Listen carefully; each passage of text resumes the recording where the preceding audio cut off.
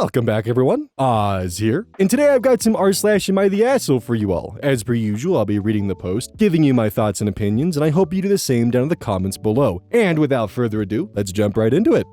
Single toilets. Am I the asshole for telling my brother-in-law he needs to book a hotel when he and my sister were staying at my house? My sister and her husband live across the country and decided they wanted to come visit. I live in a 2-bedroom, 1-bathroom, and I set up a bed in my home office because they wanted to stay at my house. They have been here for 4 days. The bathroom has been a big problem. He spends hours in there. After the first day, I talked to my sister about it. She says he has a condition where he needs the bathroom a lot. So I let it rest. On day 3, it was even worse. There was a time where I had to excuse myself to go to the store so I could use the bathroom twice because he wouldn't leave. The last day I woke up at 4 a.m. and I had to use the bathroom very badly. I knocked on the door and he said he'd be out in a minute. I told him I really had to go.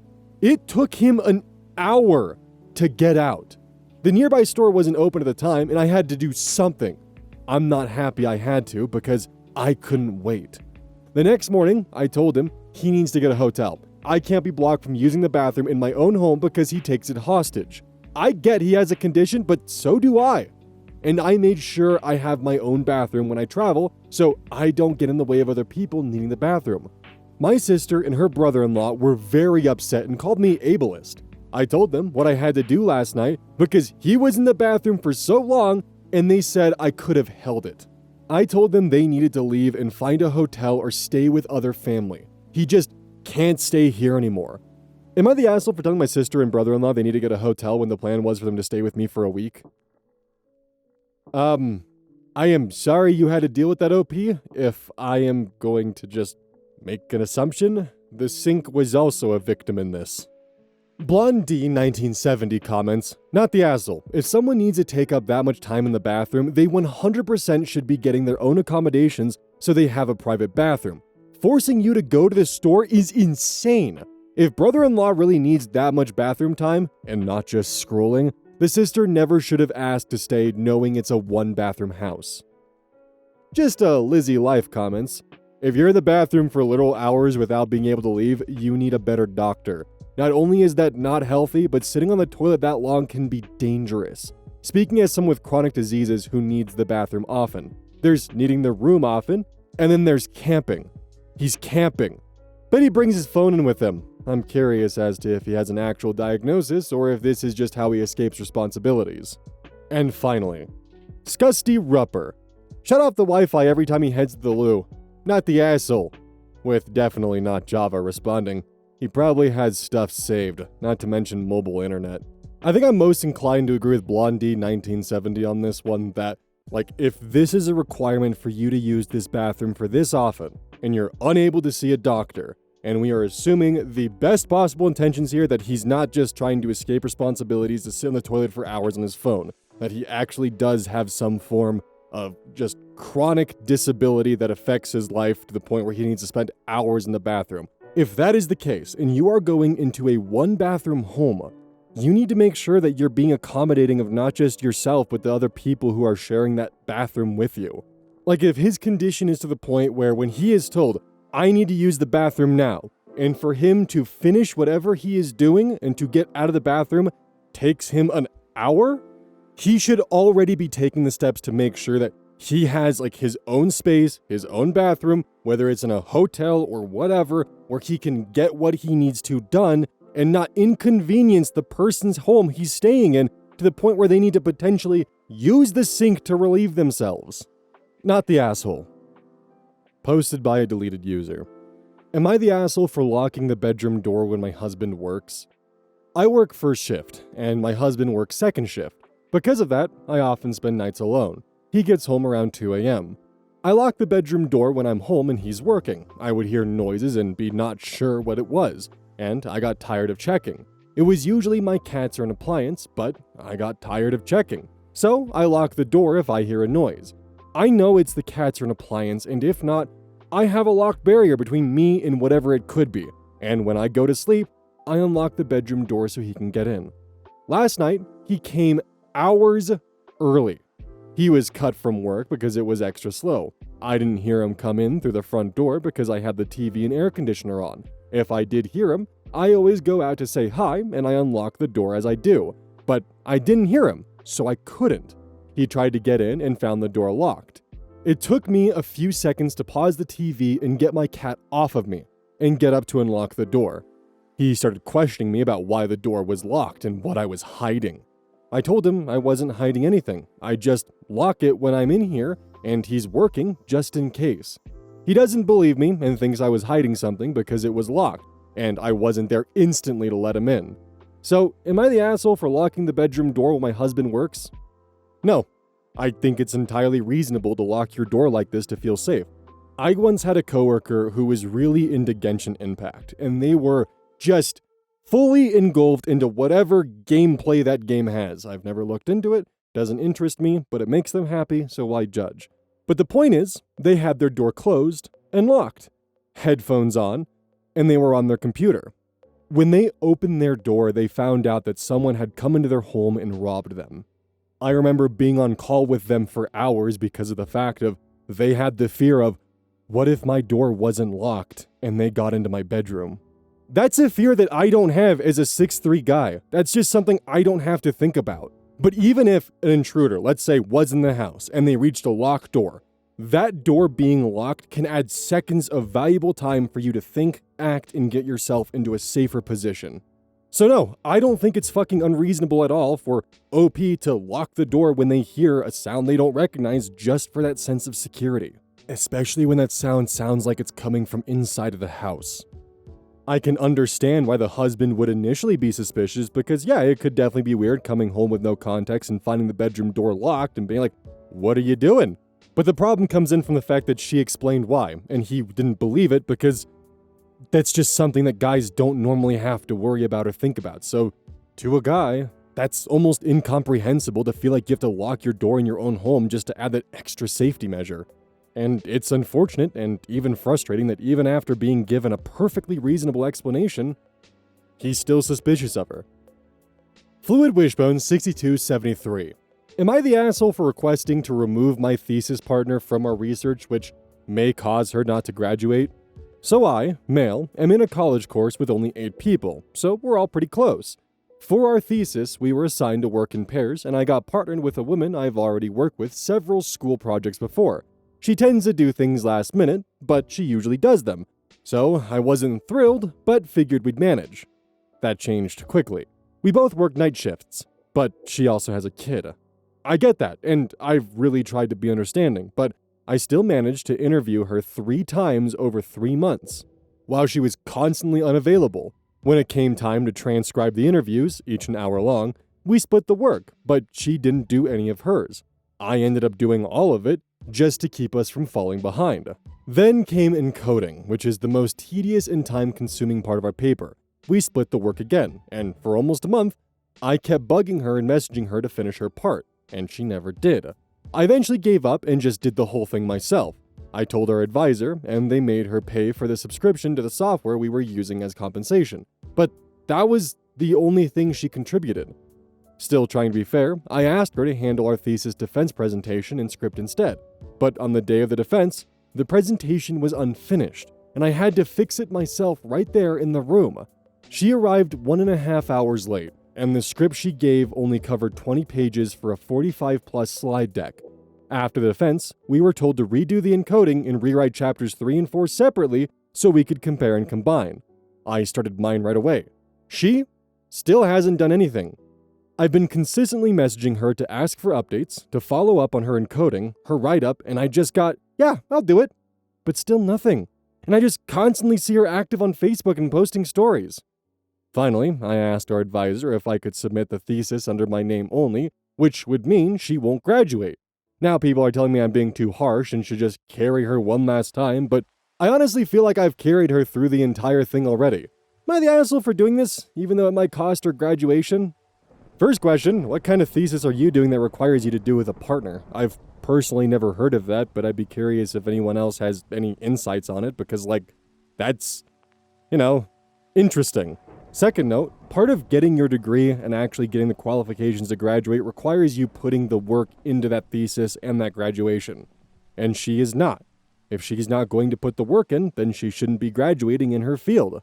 I mean, it's kind of the same thing for ChatGPT. I mean, how would you feel if you went to a doctor or any kind of professional and, just in passing conversation they mentioned like, oh yeah, my final paper was written with ChatGPT, or, oh yeah, my research partner did all the work and I just got a free ride.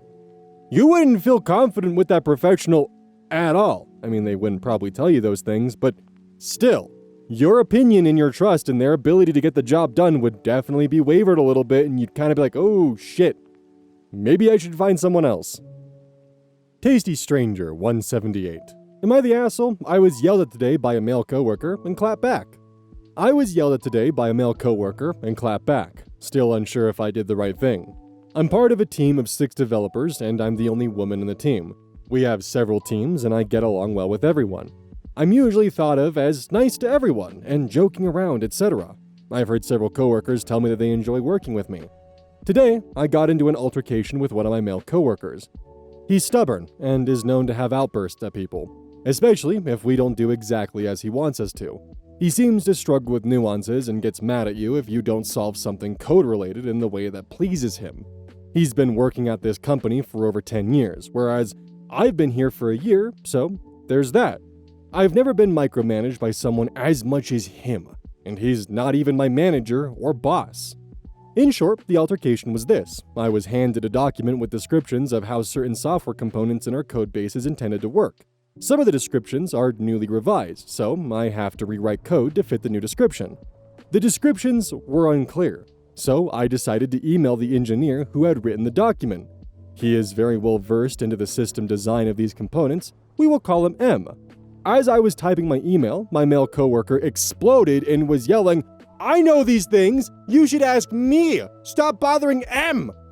I'm usually cold in these situations and don't really care about his outbursts, but this one really caught me due to his usage of the words bothering. I was typing a 2-sentence email, and he made it sound like I was sending M hundreds of emails. I looked back and responded, "I'm sorry, are you my boss or something? I'm emailing him because I want his explanation since he has written this document." And he responded by saying, "You're so rude. That's so rude of you." And I was like, "Yeah, then go cry about it." When I said the last words, the entire landscape went quiet. Usually no one stands up to this coworker, and he's having angry outbursts with anyone stepping in. And this is the first time I stood up for myself. Did I do something wrong in this situation? Like, is it normal to have these outbursts at coworkers? I'm second-guessing myself all the time, but I really feel like he's the unreasonable one. My only recommendation would be is next time he lashes out, try to keep calm and collected, as difficult as that might be when dealing with stubborn pieces of shit like this, and just make a report or a note of it, because you don't want to escalate the confrontation and then suddenly be brought into HR because you're escalating the situation alongside him. But you were totally within your right to give him a nice little taste of his own medicine and publicly flay him in front of his coworkers. I actually commend you for that. And I don't think you're in the wrong at all, because the thing is, if he had any intention of actually being calm and collected and having a conversation with you like a fucking adult, he could have just said, "Hey, I'm familiar with this documentation as well, and I'm actually well-versed in this code base. Is there any questions that I could potentially solve for you? No, you still want to email him? Okay." That's how that conversation could have gone, but instead it's what transpired in the post. I would also add to my first point that if he's definitely doing this to everyone and not just you, then it definitely is worth making reports about it, because the more people that do, the more chances that HR might actually step in and fucking do something. Also, if him yelling at you to ask him for help instead of M is his canned response, it's not really a shock why no one wants to ask him for his assistance. No Protection 9615. Am I the asshole for telling my sister she needs to manage her kid's screen time? Am I the asshole for telling my sister she needs to manage her kid's screen time? My sister has a 10-year-old who is constantly on their iPad. We were at a family dinner, and all they did was watch videos and play games. I made a comment about how maybe she should limit screen time, especially during family time.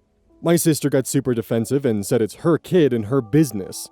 I told her I was just concerned because the kid barely interacts with anyone anymore. Now she's not talking to me. Update: I'm honestly not trying to give unsolicited advice. The thing is, last Christmas, her child's father, who isn't in the picture, gave my nephew an iPad as a present. Before having an iPad, he was the most social child. He always talked to people, me included, because I babysat him every second week, so his mom can go out. The thing is, now when I try to have a family dinner when she's out, he doesn't come out of his room and has one hand on the iPad at all times. I'm trying to be a good aunt and not neglect him, but how am I supposed to adhere to this bedtime rule when he will not part with his device? Please, how do I babysit him without treating him like royalty? Reddit did deem this person the asshole, but I want to go over some of the comments first before we talk about it. Unlucky Strawberry 41. No, as an elementary teacher, I cannot tell you how horrible screen time is for kids. It's getting harder and harder to teach if they don't have it on a screen. Some is not bad, but if a child needs it to simply get through dinner, that's a bad sign. Dinner time is for family. Learning social etiquette, conversations, etc. I could go on and on. Ray Little Phil comments, as another elementary teacher, I agree. However, I'd like to add that unchecked, unsupervised screen time is what is horrible. I have students that describe healthy boundaries with screens that are set at home, chargers in parents' rooms, enforced shut-off time, etc. And they're so much easier to teach just because they aren't just waiting to get back to a video game. I wanted to cover those comments before I got into Disney Lover 4837's comment. You're the asshole. You're right about screen time, but unsolicited advice never works. If you aren't present in her home 24/7, then you really have no idea what their situation is. There could be other issues at play, or there could be some factor you don't know. Parenting is hard. If the child is not your kid and you aren't the parent, then you need to keep unsolicited advice to yourself.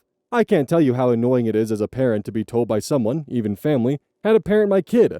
It's annoying and rather hurtful, especially when the child isn't even behaving like a monster or being overly rude or whiny.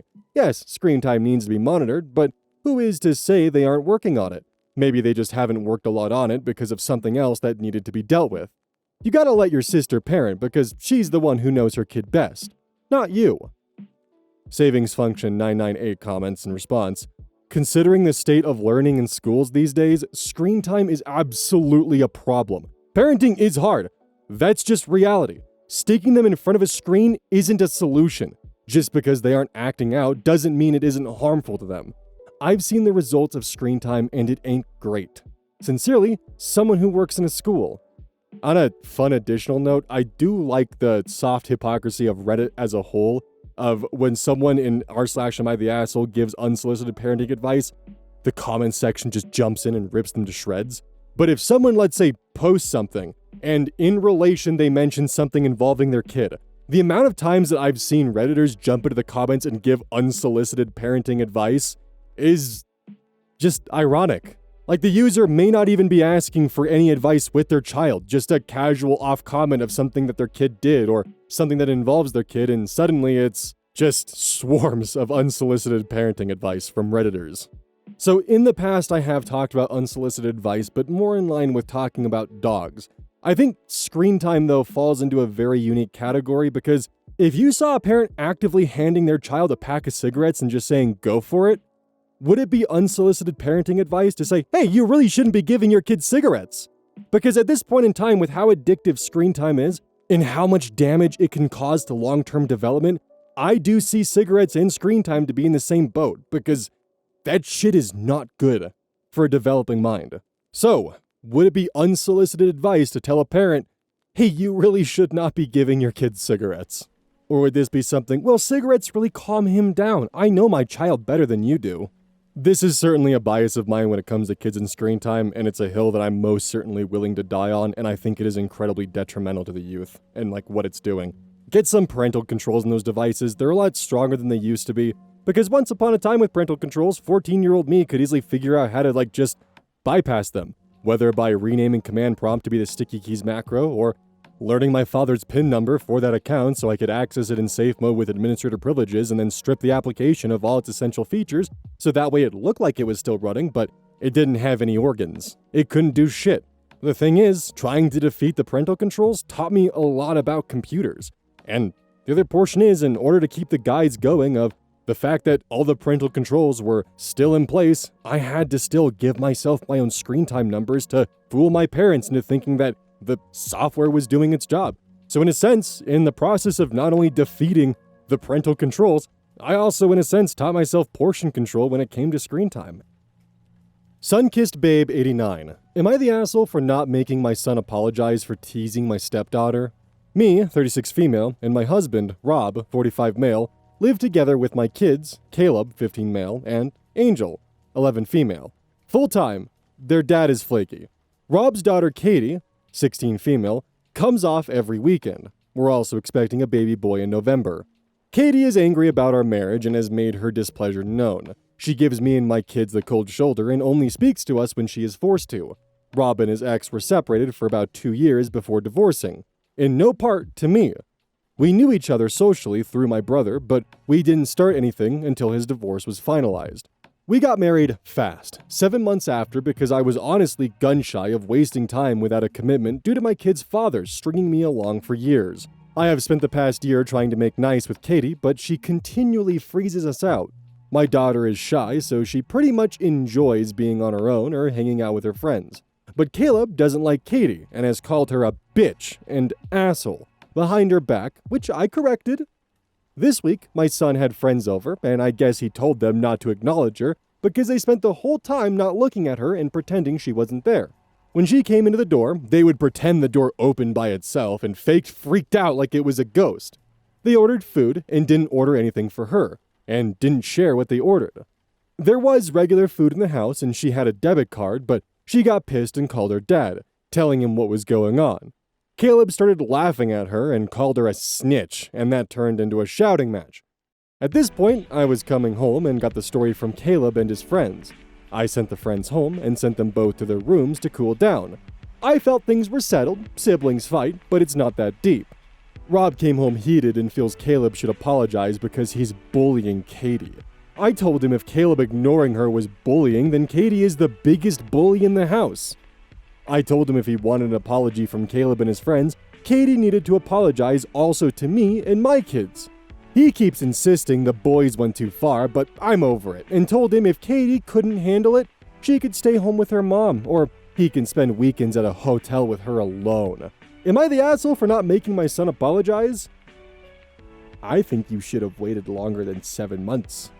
Oh wait, there's an edit. Edit to update. Too many posts to comment, so I'll respond here broadly. Katie came over yesterday, Friday as usual, and started her usual antics. This time, Rob and I were prepared.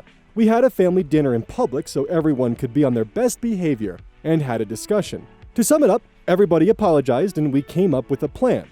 Someone on here, sadly can't find the person's comment, suggested Rob make some rules and we enforce as needed, and I feel that works, so we'll try and pray for the best. We will revisit everything in a couple of weeks if things get better. Good, and if not, we go with my suggestion for a little while. They were offered therapy or to talk to someone neutral, no one wants to go. Their right to choose. FYI, this country's reading comprehension is at an all-time low. I see that some of y'all are in the struggle. I'm not an AP, they got divorced. Differences irreconcilable. Marriage done. Paper signed and stamped. Rob free, ex-wife free, full stop. Then we dated and got married. No overlapping. Also, some of y'all need to cool it. Particularly the lovely person who implied my son wants to sexually assault Katie or is interested in her. And the one who states he was threatening her life. Take a walk, drink some water, and talk to someone, cause seriously. Well, I don't agree with a lot of what OP said. That is 100% something I can get behind. Like, good God, some Redditors are... Ugh. Not a gold digger, and don't need anyone to take care of my kids. Rob has a bad month of sales, and I'm the breadwinner. People stop dying, I'm out of a job, and he's the sole earner, so one of us is a guaranteed earner. I'm sorry, I don't know if I'm just tired, but I have no idea what that means with that final sentence there. People stop dying, I'm out of a job, and he's the sole earner, so one of us is a guaranteed earner.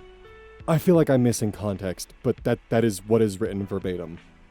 Look through Caleb's phone and social media, and he didn't post anything about her and swears no one else did. Katie hasn't seen anything about her. A teen girl having a staycation at a hotel with her dad or having her dad visit her home at her mom's home does not equal confined to Alcatraz. I was not suggested or ordering she be banished to starve and shiver in a drafty dungeon. And I repeat, I don't have dislike, disdain, hatred, etc. for Katie. Annoyances and exhaustion with the disrespect, yes. Show me a parent who has been annoyed or exhausted by a child and you'll see a blatant liar. I think they meant hasn't been annoyed. Caleb is more upset than I previously thought, and we were addressing it. Angel still not giving too much feedback. Someone stated she might be holding it in, so I'll keep asking and she'll obviously tell me what's on her mind. My ex/kid's father was mentioned because people always ask, well, where is the birth father? He's, as I stated, a flake. I left him and he decided I owe him me as a reward for him parenting. He got real petty and did stupid shit. Made them feel like shit and left them crying too many times to count when they were younger. Nonetheless, fuck him forever and a day. If I wasn't anonymous, I would post all his information. I gave him hell and still feel like I didn't do enough. FYI, this is a person I hate and want out of my life forever. I see a lot of you stating she might feel replaced. That's no one intent. So I brought up to Rob that he needs to assure her she's permanent as his first child and the place is firm, going to see if they can do something together solo before the baby gets here. As for me, my kids adjusted well, and honestly, I felt she would also, but she obviously can't. I didn't know her well enough to see it, but I told Rob to speak up for her more, because I'm always going to. For those who don't think Caleb is being punished, he is being corrected. I used corrected because I know hands-on punishment is a touchy subject for many people, but I'm Southern and it works. Sometimes pain teaches where words fail. Oh, I don't fucking like that at all. Not one fucking bit. Oh shit. That's it. No one is perfect, but I'm trying with her, and as many of you stated, she'll be 18 soon and can do whatever she like. I have a preference that we can build towards some type of relationship, but I can't force her to do anything. Yeah, guys, my girlfriend took the last box of Oreos, so I corrected her behavior with the back of my hand. Sometimes pain teaches where words fail. You wouldn't understand because it's a Southern thing. Fuck you.